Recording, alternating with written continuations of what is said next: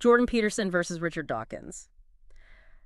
Okay, when you see a title like that, I mean, you really think, okay, is this going to be a boxing match? Yeah. But this debate really dives deep into like this age-old tension between science and mythology. You Right. might be surprised at just how intertwined those two worlds can be. Absolutely. It's a fascinating clash of perspectives. Yeah, and that's why today on this deep dive, we are going to be kind of exploring that debate. Right. You might find yourself questioning like some assumptions that you've had about how we understand the world. Yeah, for sure. And here's a curveball. We're going to be talking about memes. Memes? You heard that right? Those viral bits of culture. Right. They actually play a key role in understanding the power of archetypes, those recurring patterns that you see in stories and myths. Yeah, it really highlights the fact that knowledge isn't static. It's always evolving Right. as we encounter new ideas and challenge our existing beliefs. Exactly.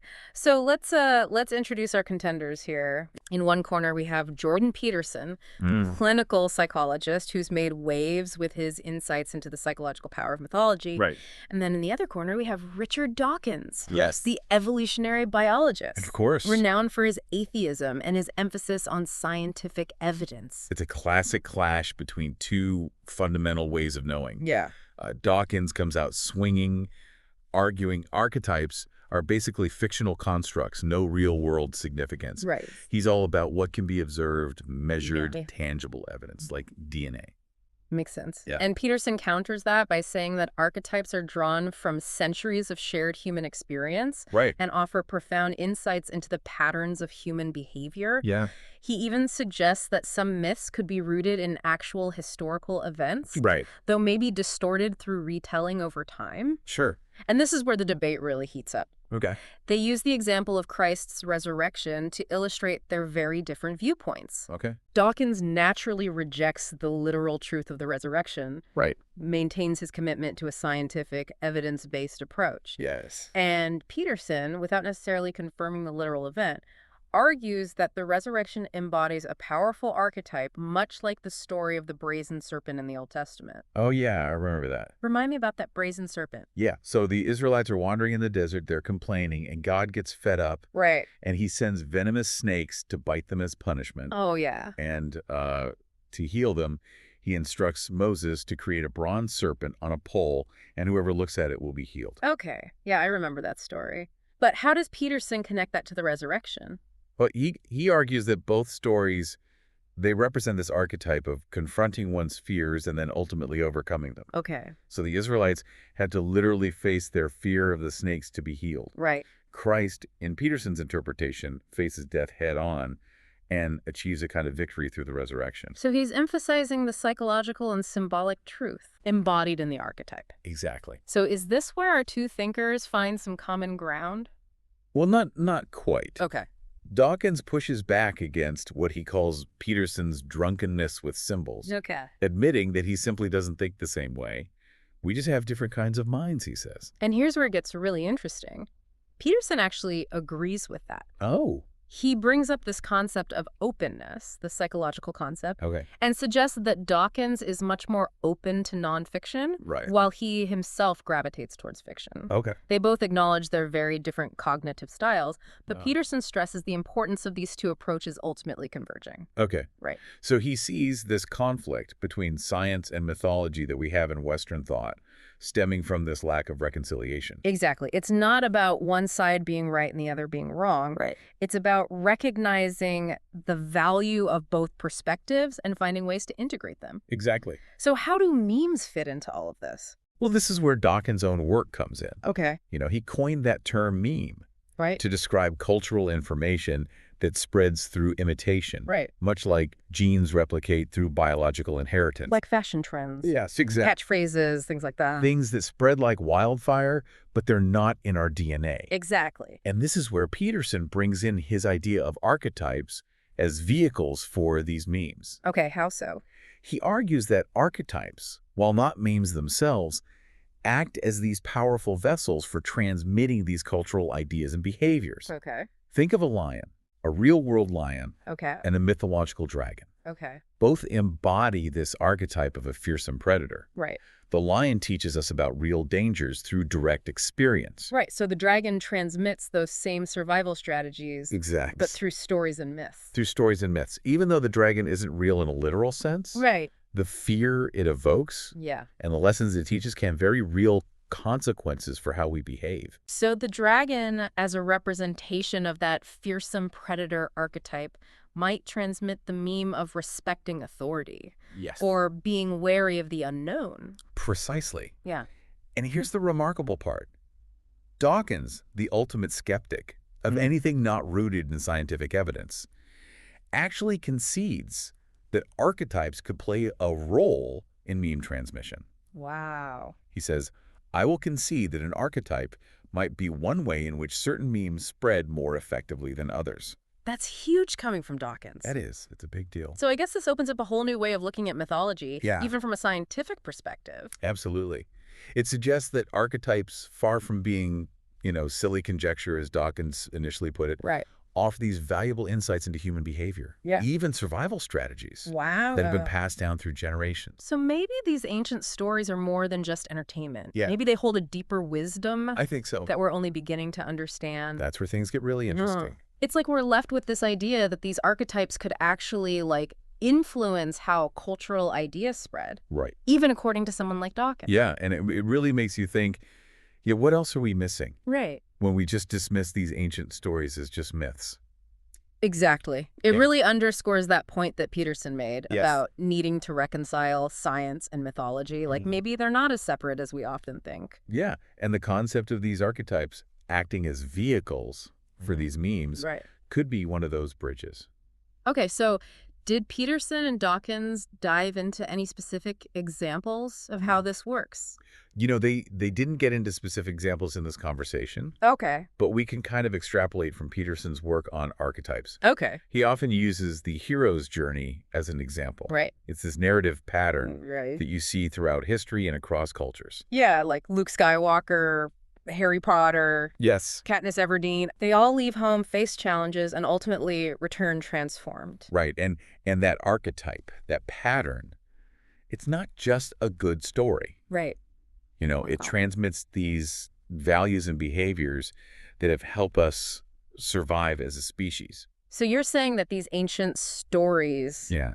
even if they're fictional, Right. they might actually encode practical wisdom strategies for navigating life that have been passed down? Yeah, and the fascinating thing about these archetypes Yeah. is that they seem to tap into something deep within us, Right. something that transcends cultural boundaries. So it's like there's this underlying code, this language Yeah. of symbols and stories that speaks to us on this deeper level. Yes, and that's what makes archetypes such powerful vehicles Right. for memes. They provide a framework, Yeah. a structure Mm. for transmitting these really complex ideas and behaviors that stick. Because we're more likely to remember a story Yes. than a list of facts. Or Exactly. Stories, they kind of bypass our logical defenses Right. and tap into our emotions, That's exact. which makes them much more powerful Yeah. in shaping our beliefs and our actions. That's why Peterson really emphasizes mythology. Yes. Not necessarily as literal truth, but as a repository of this psychological and spiritual wisdom that's Right. been refined over centuries. Yeah. Okay, I'm really starting to see how this connects, but let's bring it back to the present. Okay. If archetypes are so influential, what are some examples of them at work today? Okay, well, maybe not in a world of dragons and demigods. Right. Literally. Right, yeah. But those archetypal patterns, Yeah. those blueprints for behavior are still there, Okay. just dressed up in different clothes. Yeah. Think about the rebel archetype. Okay, the rebel. What comes to mind? Yeah. James Dean, punk rock. Yes. Even some of those activists on social media. Exactly. It's that spirit of challenging authority, Right. fighting for individual freedom. But how that manifests Right. really depends on the time and context. Exactly. And it's not just about specific characters Yeah. or stories. It's about those underlying patterns Right. of human behavior that we see recurring. And the more we become aware of these archetypes, the more we understand how they influence our own lives Yeah. and society. And it really makes you wonder Yeah. if those who understand and can utilize these archetypes, Right. whether consciously or not, Right. are the ones shaping culture. Think about advertising. Oh, yeah. So much of it relies on tapping into those desires and fears, Right. using those archetypal imagery and narratives. So a deeper understanding of these archetypes could be really valuable. Absolutely. Not just for personal insight, Right. but also for understanding how our culture operates. It's like this secret decoder ring Yeah. that lets you see the underlying patterns operating beneath the surface. I like that. It's almost like gaining access to this hidden language. Yeah. This language that speaks to our deepest fears and desires and motivations. That's a great way to put it. And it raises this question: if this language of archetypes is so powerful, what does that mean for us? Right. What does it mean for our everyday lives? Yeah, I mean, it's interesting to think about dragons and heroes and stuff. Right. But how does this actually apply to the person listening right now? Well, I think this deep dive offers a few key takeaways. Okay. First, it encourages us to be more aware of the stories that we tell ourselves. Right. And the stories that we're being told. Uh-huh. Because those stories, whether we realize it or not, Yeah. they shape our perceptions, our beliefs, Yeah. our actions. It's like that saying, Yeah. We are the stories we tell ourselves. Exactly. And if those stories are filled with these archetypes, Right. then understanding those patterns could be the key to understanding ourselves. Yeah. And those stories, those archetypes, they carry both wisdom and potential pitfalls. Right. The hero's journey, for instance, Yeah. can inspire us to greatness, Yeah. but it can also lead to a messiah complex Yeah. or a savior mentality. It's like any powerful tool, right? Uh-huh. It can be used for good or for ill, depending on the wielder. Right. And the more we understand the tool, right, the more wisely we can use it. Absolutely. So developing a critical awareness of these archetypal patterns is crucial. Okay. Ask yourself, what role is this archetype playing in my life? Right. Is it serving me or holding me back? It's like shining a light on those unconscious biases and motivations that we have. Exactly. And that brings us to the second takeaway, right? The Yes. importance of embracing both the scientific Right. and the mythological perspective. Exactly. It's not about choosing one over the other. Right. It's about recognizing the value of both. Yeah. Science gives us this framework for understanding the physical world. Right. And mythology. Yeah. Mythology helps us make sense of the human experience. It's like that scene in Good Will Hunting Oh, yeah.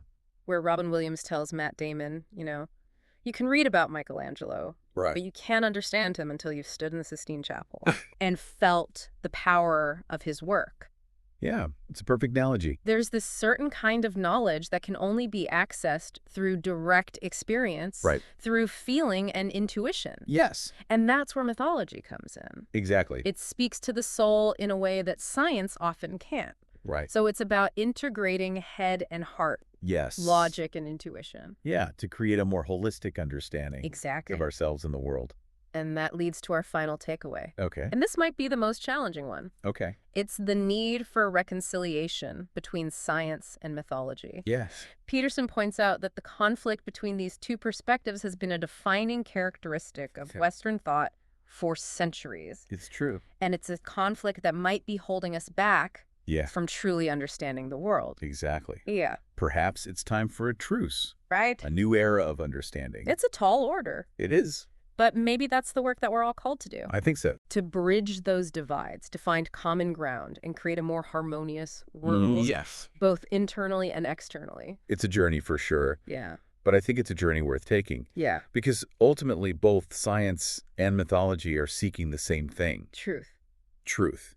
They're just approaching it from different angles. And by combining those angles, maybe Yeah. we can create this more complete, Right. more nuanced, more compassionate understanding of that truth. I couldn't have said it better myself. So as you go about your day, keep an eye out for those archetypal patterns. Yeah. Notice how they show up in your own life, in the stories that you consume, Right. in the wider culture. Yeah. Ask yourself, what are these archetypes trying to teach me? Yes. What wisdom can you glean from them? How can I use this wisdom to create a more meaningful life? Those are the questions that will lead you to a deeper understanding of yourself Right. and the world around you. This has been an incredible deep dive. It's amazing how much we can learn from just one conversation between two brilliant minds. Yeah, it's like a spark It's like a spark. that ignites a whole chain of new thoughts and ideas. And hopefully those ideas will stay with you long after this deep dive is over. Yeah, encouraging you to keep exploring, keep questioning, Yeah. and keep diving deep into those mysteries of the human experience. Until next time,